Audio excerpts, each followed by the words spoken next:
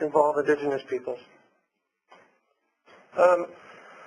The forest carbon market worldwide is one it's been growing, and as we'll see, it's not entirely directly tied to the world carbon market. It's a little bit of a separate market on its own because there's another emerging market called the ecosystem service or natural capital market, and it's related to preservation of ecosystems, which is also related to carbon. But and looking back, just looking on this forum, you'll notice that the market's very international. There's forest preservation taking place on all the continents of the Earth, and but you'll see, looking at the global distribution, that North America plays a big role in these type of projects. Indeed, there's been several studies out over the last 2 years talking about the role of Canada in the world. Canadian boreal forest alone contains over 200 billion tons of stored carbon, and is seen as being, I've seen stats that show it as 50% of the world's untouched forest. So one of the trends that's important outside of the carbon market is that forests in Canada and some other countries worldwide that have huge intact forests, they're relatively few, they're being seen as a focus internationally, and there's international pressure to find ways to protect these forests and prevent them from being cut in a more traditional sense of the natural resource economy. This provides opportunities for First Nations because there's First Nations communities living throughout that forested area. So quickly to talk about the general carbon markets and what drives them, there's two kinds of markets, voluntary and regulatory. Voluntary markets really mean just that. The purchasers are buying an offset because they want to. They'll do this because they want to be socially responsible as a corporation, or they'll do it because they want to appear green and they know that their customers want them to be a green company. They may be a company that's involved in resource extraction, and they may feel it's part of their duty to be part of ecosystem protection at the same time. One of the big trends you'll see more and more with companies that are having a real impact on nature, and you could look at oil companies as an example. More and more they're going to look to protect areas of forest and ecosystems worldwide as they, if you like, process and use areas. So there's this idea of ecosystem offsetting and biodiversity banking that's taking place. Forest carbon falls into that market as well as just carbon markets.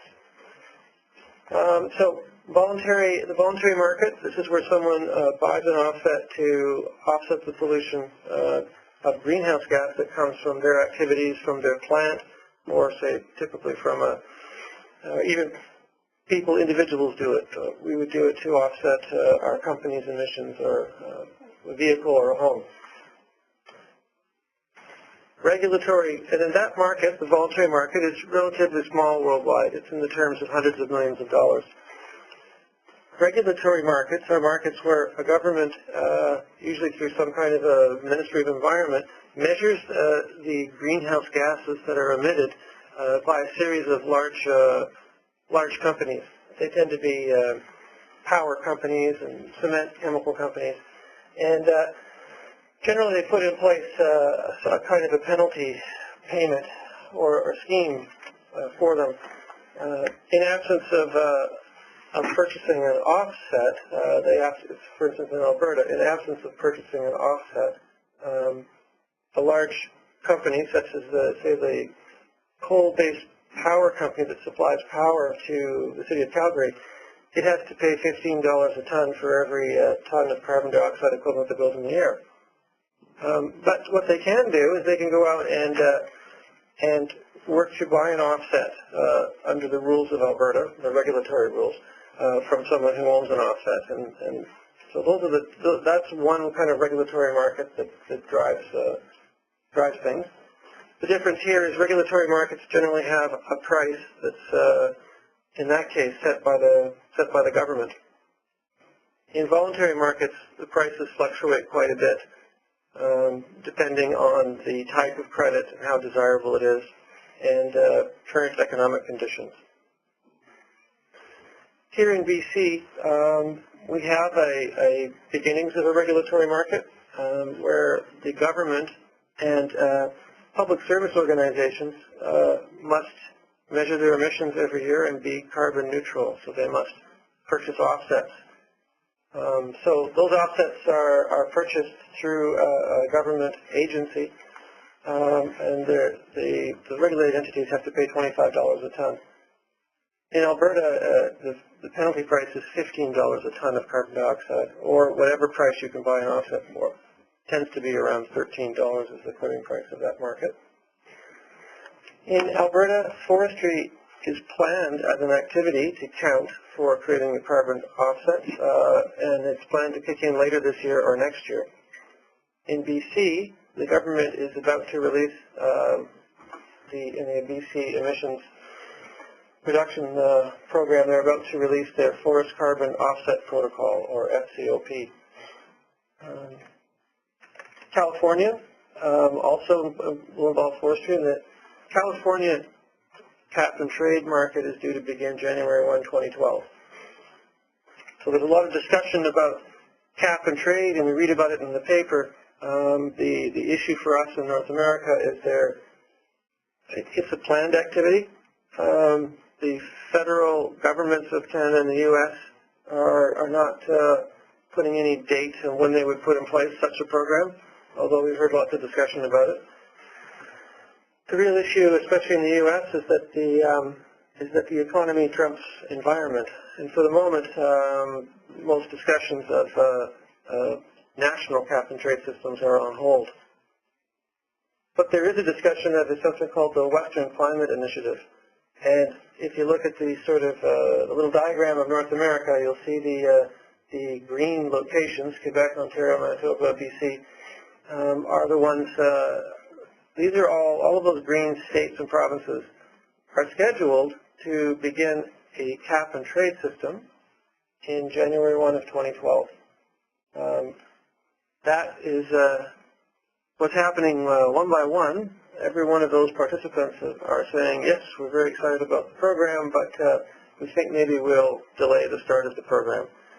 So we're waiting to see what the response will be in British Columbia with our new government.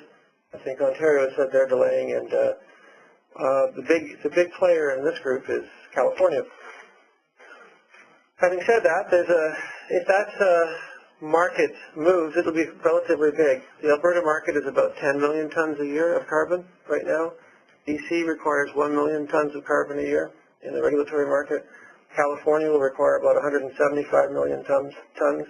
And this Western Climate Initiative, or WCI, could be 250 to 300 million tons. That would really increase the market potential. But we're not there yet, and there's a lot of uncertainty and delays.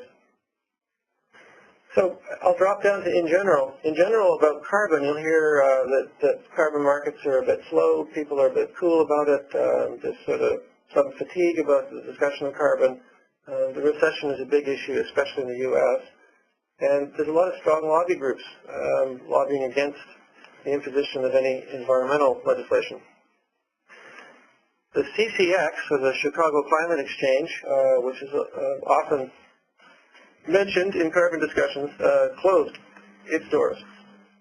And so that's also a bit of a sign of the cooling of the carbon markets in general.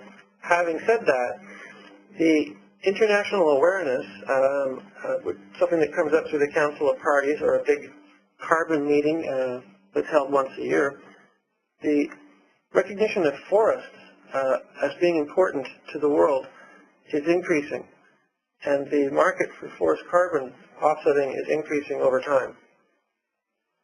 There's a really interesting underlying issue, and that's that despite all the things we hear about efficiency and efficient cars and efficient buildings and sustainable green everything, all of those things reduce the amount of emissions, greenhouse gas emissions, going into the air.